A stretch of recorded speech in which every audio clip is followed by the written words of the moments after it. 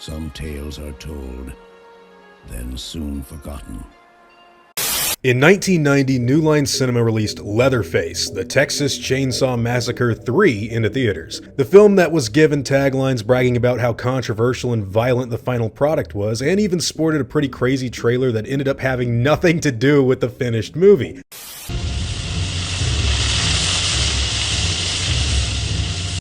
The teaser that came out to support the film was something that a lot of movies used to do long ago, which is basically put together brand new footage that is not featured in the finished product, but obviously made up of visual information that could give clues on what to expect. Jurassic Park had its teaser trailer feature a mosquito locked in amber, and The Lost World had a T-Rex stomping onto a camera. Texas Chainsaw Massacre 3, on the other hand, went in a very different direction.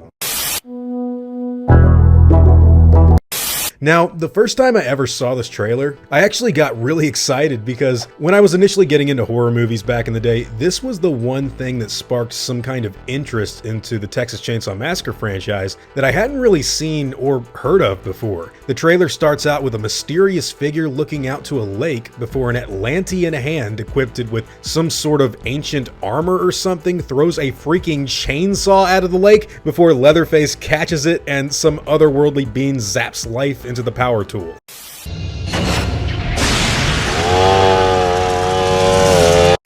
I was unaware of what exactly this was alluding to back when I first saw it, but apparently it's a play on the legend of King Arthur and the Lady of the Lake, with Leatherface ending up destined to bear the chainsaw like it's some kind of Excalibur-style weapon for him to slash and hack his way through people in the woods. He still turns around in the trailer with a very grim and screwed up looking mask that just adds more emphasis onto the fact that he's been raised as some sort of wild, crazy reject, so even back then, I think they were going for something more bizarre than what they wound up filming. Personally, I found this trailer to be really cool, and it was fun to find out that the whole thing was done before a director had even been selected for the movie itself. You see, what makes this idea so interesting is the fact that this whole setup was extremely different compared to what had come before in the series history, and it was noticeably trying to get people to think of what the hell any of it meant. I thought that it would be some sort of exploration into the psychology of Leatherface and reveal that he could be hallucinating or have some sort of strange acid trip ties to some wider lore that would be fun to follow up on, but nope. In the end, none of that wound up in the movie, and instead, we learned that they just wanted to take the series in a direction away from what Tobe Hooper did with his 1986 sequel.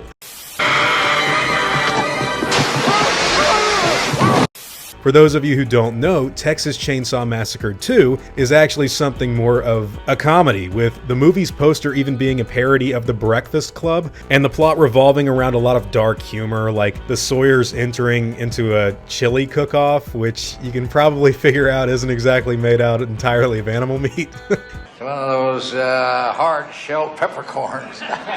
Now, I actually enjoyed that movie a lot when I was growing up, to tell you the truth. A lot of these older movies I haven't seen since I was a teenager though, and Texas Chainsaw Massacre 3 is another example for me. Upon rewatch, I don't really think it's any more worse or superior to the run-of-the-mill Friday the 13th, Halloween, or Nightmare on Elm Street sequels. Sure, it's bad, but it's at the very least competent and just trying to be a darker film in the series, so I can't really be too harsh to it, I guess. I mean, like, what do you expect when you walk into Texas Chainsaw Massacre 3? I will say, though, that I find it incredibly interesting that the entire Atlantean chainsaw plot with lightning shooting out of the sky to activate Leatherface's signature weapon wasn't anywhere in the movie, though, and not even in a funny joke sort of way, like on TV or something he's watching. It's literally something that is 100% not connected to this movie whatsoever.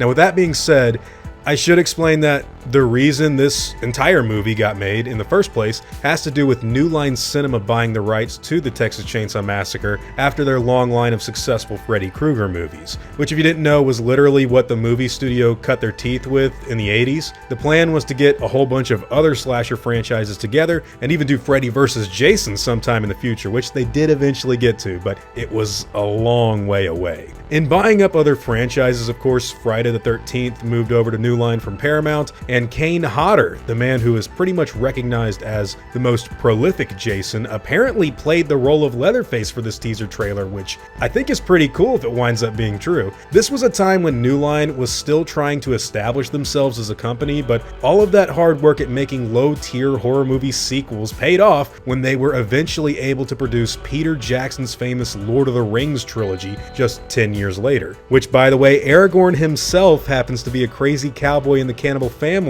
who is named Tex in this movie. I wish you'd call me Tex. And Peter Jackson himself was actually on the shortlist for Texas Chainsaw Massacre 3's directors. Now, apart from the teaser itself, there's not too much I have to say about the actual movie. It basically boils down to a prepper helping a lost couple take down the cannibal tribe deep in the backwoods of Texas, and while there are a few things that link this sequel to the much better part 2, such as the main protagonist Stretch being in the opening and the line "the Saw is family" showing up again here, it's kind of just its own self-contained thing that doesn't really have much going for it. I will say that it reminds me a lot of the visual aesthetic of the original Resident Evil game for PlayStation, but that could just be because of the colors used in the film as well as its darker tone. Bottom line, Leatherface is one of those movies that used to use really compelling trailers that didn't reveal anything about the plot before you go in and see the movie. Unfortunately, if I had to grade both the movie and the trailer, I think I'd give the trailer a higher score than the finished product, which, hey, still makes a fun little short film in a cool sort of way if you look at it like that, I guess. But hey, what are all of your own thoughts on this movie, and more importantly, the kinds of teaser trailers that used to do this sort of thing? How do you think they could have used that stuff to their advantage when making the film, and do you wish they had kept that idea for the final release? Personally, I miss the idea of entirely separately made teaser trailers that don't reveal any new footage for movies. Really wish Jurassic Park would do that, but hey, whatever your own thoughts happen to be on Leatherface, Texas Chainsaw Massacre 3, and the unused Atlantean / King Arthur footage, I'd love to hear them in the comments down below.